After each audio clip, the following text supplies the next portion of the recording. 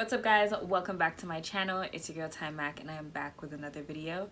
If you're new here, please don't forget to subscribe as well as hit that notification bell so you never miss an update from the Mac.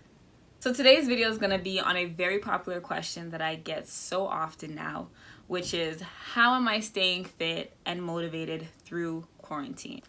As we all know, Ontario has been on lockdown for about 2 or 3 months now, and the gyms have actually been shut down since November. So a lot of people are finding it very hard to either get on track or stay on track. So in this video, I'm going to be giving some tips that I feel are very necessary for everyone to have to really get their fitness goals and their fitness journey started. So if you're interested, stay tuned. So my first tip is make up your mind. The most powerful thing is a changed mind. Once you've made up your mind that this is what you want to do, you're tired of either looking or feeling the way you do and you want to do something about it, once your mind is made up about that, there is nothing stopping you from getting to what your goal is. Yes, there will be roadblocks in between, but there's nothing that's going to stop you. And going into that, so tip number 2 is figure out specifically what your goals are. When it comes to fitness, everything ties in. Your physical, your mental, and your emotional. If you notice when you go into a depression or when you're having any type of anxiety or panic, your body is the first thing to shut down or react. So when it comes to your fitness goals now, I always tell my clients, figure out what you want to get out of this emotionally, mentally, and physically, because once everything ties in, you know exactly how to navigate your way through. And my job as a personal trainer now is to just keep you on that track and give you the tools that you need. So when making your goal, you always want to figure out what it is you want to focus on. Are you focusing on gaining weight or muscle, or are you focused on losing inches or losing weight overall?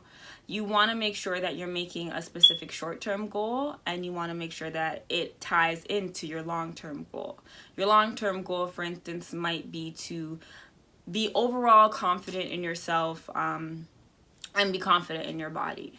Now, your short-term goals is what you want to work towards. So within the first 30 days or within the first 60 days, you say, I want to lose 30 pounds. So that's your short-term goal. And every time you reach a milestone, your goal will change. But the overall goal, the overall long-term goal is for you to feel confident within yourself and confident within your body.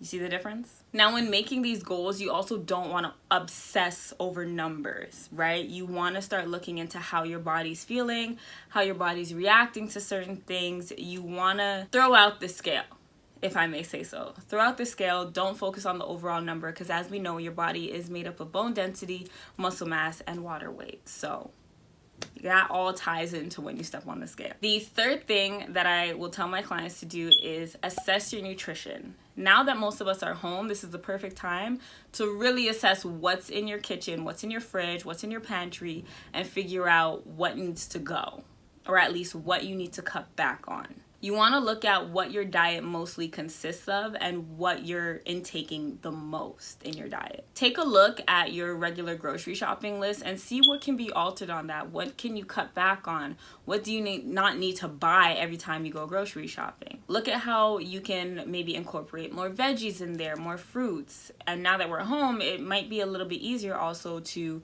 throw in or make sure that you're getting 3 to 4 meals in a day. You know, just basically balancing your meals and making sure you're getting your proper protein intake and making sure that you're overall just feeding your body and giving your body what it needs. So my fourth tip is do your research, okay? Do your research. I know we tend to obsess over social media, and social media has become the highlight of all of our lives.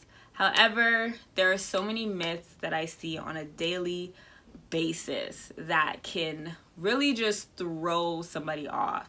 And as a personal trainer, when people come into my office and they tell me certain things, I'm looking at them like, what are you talking about? But it's my job to now get that myth out of their head and steer them on the right path.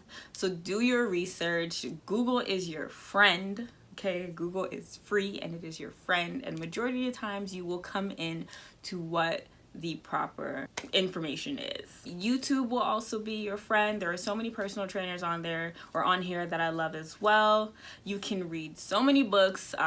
If you're an Audible person, you can get books off of Audible, off of Amazon, just to really dive deep into what it is that you want to learn. Or you can ask an experienced trainer, right? Our DMs are open. However, please, when you're sliding into our DMs, actually be sliding in there for some information and not for something else. Please and thank you. Like I said, as a trainer, I sit down with so many men and women, and the amount of myths that I come into contact with, or the amount of myths that are told to me on a regular basis, can be avoided if you just seek the proper help. So, next tip, make a schedule. We're home. Majority of us are home. Now, I know some of us have kids, some of us have jobs that don't entail as many breaks as we would like, but making time for your body and making time for your health is important no matter what. So figure out how many days a week it is that you would like to work out. As a trainer, I'll always say minimum 3 times a week is perfectly fine, especially if you're just starting out. Break down your days and see exactly what muscle group you'd like to focus on that day, whether it be your lower body, overall upper body. Maybe you just want to do some cardio that day. Maybe you want to do some stretch and recovery that day. But it's always good to have a schedule. That way you know what you're going to be doing. Also, making a schedule gives you time to give other muscles that you've worked on the time to rest. A lot of us, when we get into fitness, we overwork one muscle and we wonder why it's either not growing or why we're not seeing the results that we want to see. Once you overwork a muscle, it can become stagnant. Next tip, take a look into meal prepping. Like I said, we're home. We might have some more time to cook and prepare meals. And the best thing that you can do when it comes to your diet is be prepared. A lot of us, when we're not prepared, will go to any meal that we can possibly grab.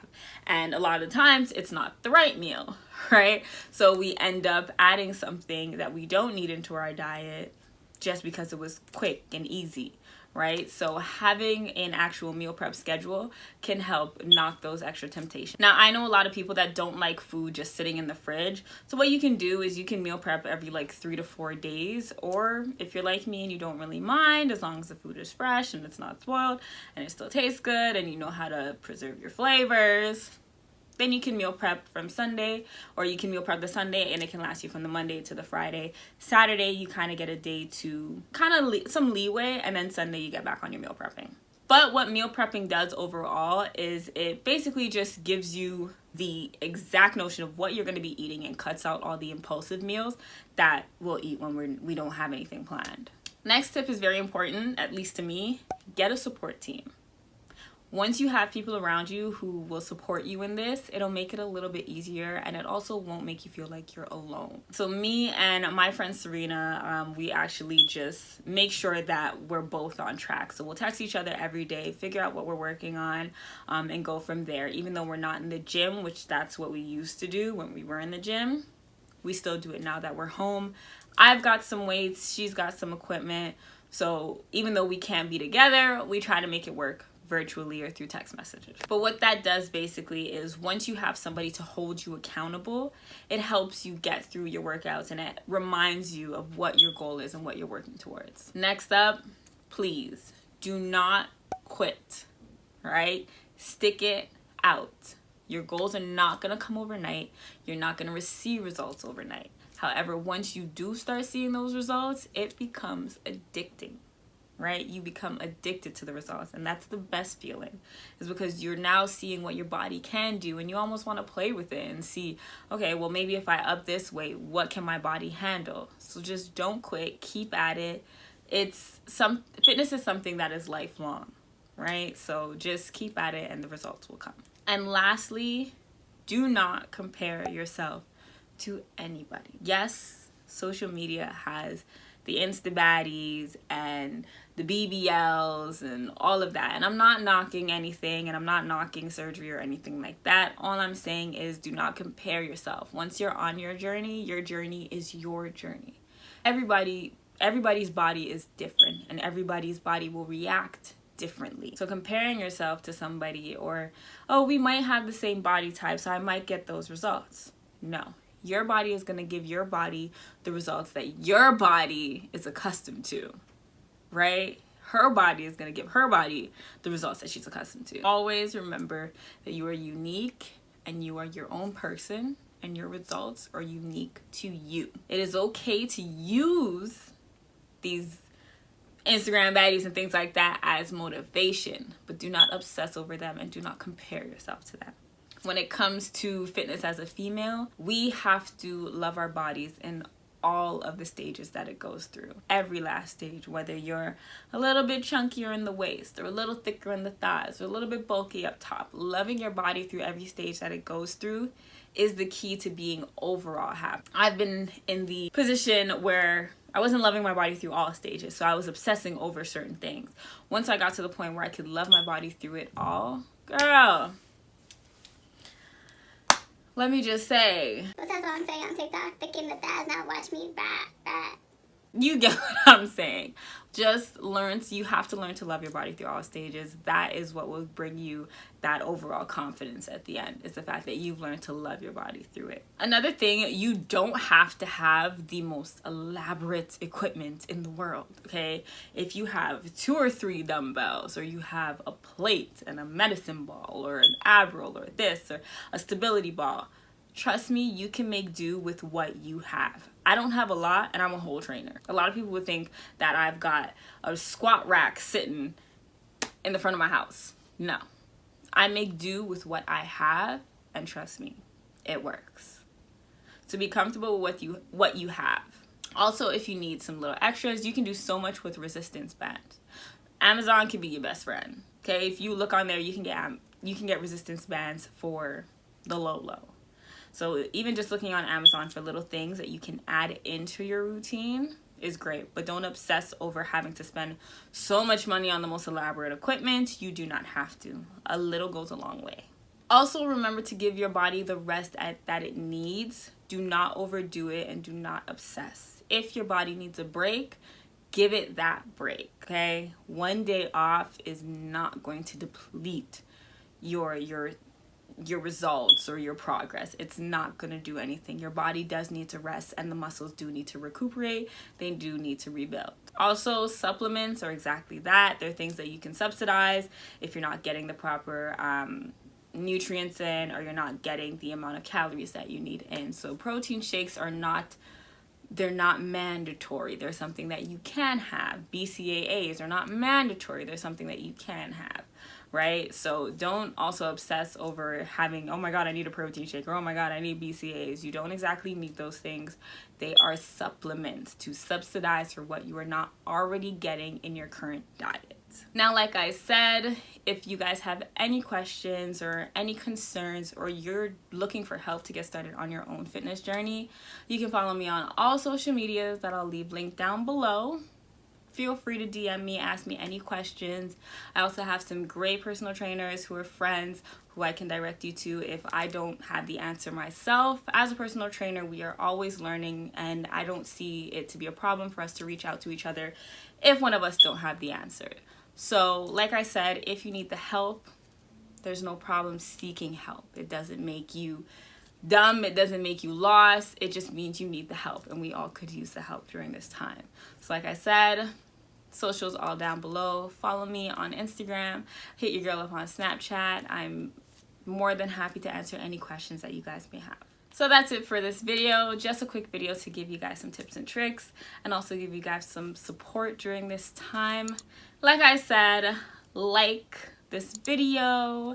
My socials will be down below. Anything that you guys want or have concerns of, feel free to reach out to me. I hope you guys enjoyed this video, and I can't wait to see you in my next. Deuces.